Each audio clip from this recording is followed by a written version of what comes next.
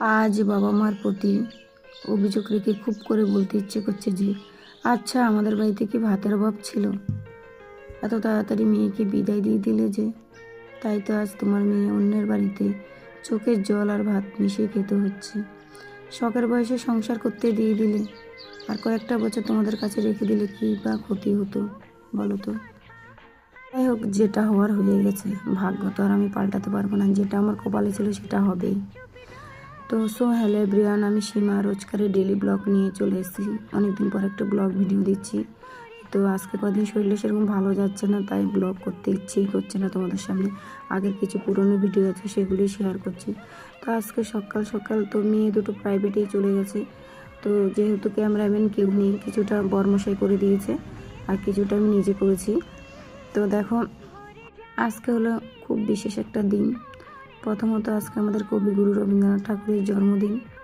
তো তো সত্যি ওনারা আমাদের কাছে সারা বছর অমর হয়েই থাকবে।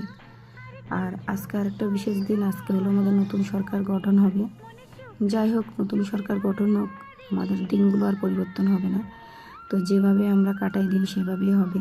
তবুও সবার মনে একটু আনন্দ জাগছে যে নতুন সরকার আসলে হয়তো কিছু আমরা সুযোগ সুবিধা পাবো। সবাই সে আশাই আছে। সকাল সকাল দেখো বাসি কাজ সেরে একটু দোকানে গেছি। দোকান থেকে আসার পথে আবার একটা বাড়ি থেকে, আমার বৌমার বাড়ি থেকে একটা ফুলের ডালা নিয়ে চলে এসেছি।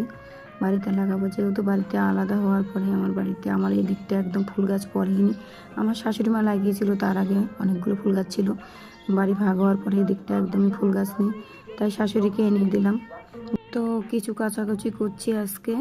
তো অনেকগুলো জামা কাপড়, বিছানা চাদর, শাড়ি সব আর এদিকে শাশুড়িকে বলছি ফুলের চারাগুলো লাগিয়ে দিন। তো উনি লাগিয়ে দিচ্ছে। এই কদিন তো বৃষ্টি হচ্ছে, তো তাড়াতাড়ি হয়েও যাবে। এদিকে আমার কাচাকুচি সব শেষ, স্নান করে ঘরে চলে এসেছি। তো স্নান করে তারপরে যে কাজটা সেটা করছি। কিন্তু স্নান করার পরে পুজো না দিলে সত্যিই ভালো লাগে না, মনে হয় না কোনো কাজ হয়ে গেছে। তো যেহেতু পুজো দিতে পারবো না, তো মেয়ে দেবে পুজো। আর এদিকে স্নান তো শেষ হয়ে গেছে, আর এদিকে রান্না বসাবো, চা করবো, চা মুড়ি খেয়ে রান্না করতে হবে সকালবেলা। এদিকে মেয়েরা চলে আসবে প্রাইভেট থেকে, তাই তাড়াতাড়ি রান্না বসাবো।